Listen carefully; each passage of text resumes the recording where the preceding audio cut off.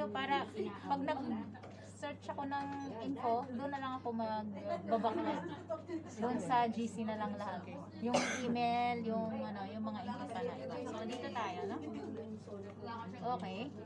So whenever you create a new workbook in Excel, you'll need to know how to save in it in order to access and edit it later, okay? So para ma-edit natin, ma-access natin. So pwede din natin i-ano to sa cloud, sa OneDrive, pwede natin i-export